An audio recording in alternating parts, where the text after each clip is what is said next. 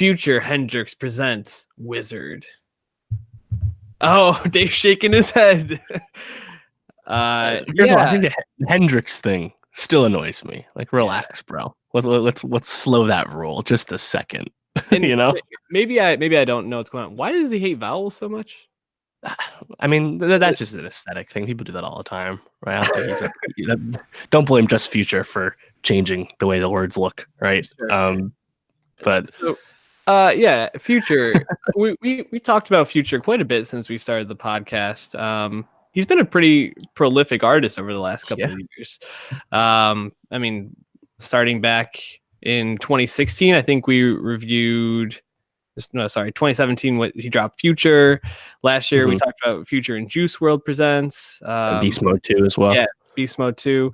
I mean, just he made a lot of songs over the last couple of years. I'm not a big Future fan, so I want to kind of put that out there. I've never really been very attracted to his music. I find a lot of his songs sound very similar, and his vocal approach I don't know if I necessarily love. But I was willing to give this a listen, and I thought that really what I came away from is, oh, this is a very competently made record that doesn't pack a lot of punch to it. Was kind of where I said, like, it was a fine listen, but I was like, oh, okay, like I'm glad it's over. Don't really know if I'd want to listen to it again, but it wasn't bad. Right? Yeah. It's funny. I'm in the similar boat with you, but I'm almost more disappointed by this because it took me a while to really like find Future songs I like. Like, I never cared for March Madness or Codeine Crazy, his first early hits. I know it's blasphemous to most people, but they never did anything for me. What Time to Be Alive for Drake, it's whatever, right? And then when everyone made a big hoopla in 2017 about the two albums in back-to-back weeks, Future and then Hendrix, the two titles, and Mask Off was from the first one, and it's like, I did not think those were good records. I thought Hendrix was blatantly bad because he's just a terrible singer. But again, I was in the minority on that. But then something changed when he dropped Beast Mode 2 last year. Yeah. And I was like, wait a minute, where has this guy been the whole time? And like, I heard a song like Wi-Fi Lit was just a fun song, but Cuddle My Wrist, a song I've gone back to consistently since that tape came out. And yes, Future has had lyrics pretty consistently, mostly about his relationships and Sierra. And there's a lot of Sierra on this new one, The WIZRD. But I never really connected with much of his messages until Cuddle My Wrist. And that really gave me expectations for this. I mean, the thing with Juice WRLD, World on Drugs, that was fine, but that was kind of like What Time to Be Alive. It's a collab project that they didn't really collab as much as you would assume, right? They weren't really in the studio that much. But for this WIZRD, man, I was just, these are just more Future songs. These didn't do anything for me. I was like, how did Beast Mode 2 be better than this? And then I heard that, you know, this album gets him out of his deal with Epic. He has a new deal lined up. And I'm like, what? It's just like you're Endless? Like Frank Ocean before Blonde?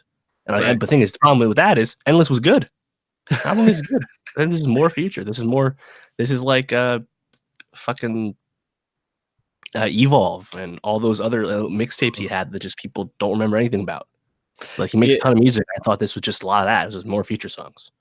Yeah, I think this is just a lot of B-sides. Like, probably a lot of leftover tracks he had that maybe he wasn't super jazzed about, but he wanted to get out of this record deal.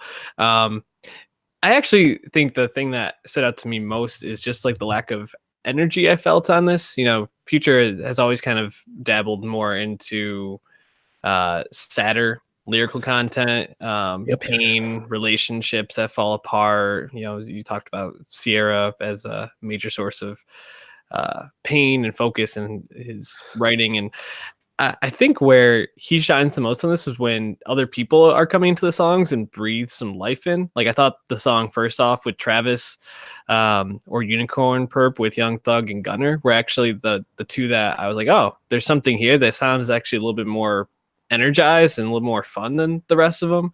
But overall, I was just like, fuck, this is just what he always is. And like, I guess that's probably why I'm not so disappointed in him, because I don't really have those high expectations for him as an artist. I know he's a big draw, but he just has never really been that for me.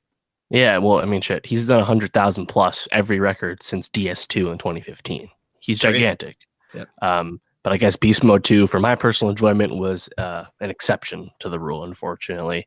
Yeah. Also, about Sierra, can we let that go? You've had kids with like 3 other women since then. Is that really what we're still talking about? Like, I don't know. Seems like I saw people comparing like, Future talks about Sierra the way Pusha T talks about cocaine, and I'm like, let's nip that in the bud right now. That is not a fair comp. Yeah, no, it's a weird comparison too. Strange. Okay. I don't even want to touch that one. Any last thoughts on the WIZRD? Listen to the next one. It's gonna be Future's Blonde, apparently.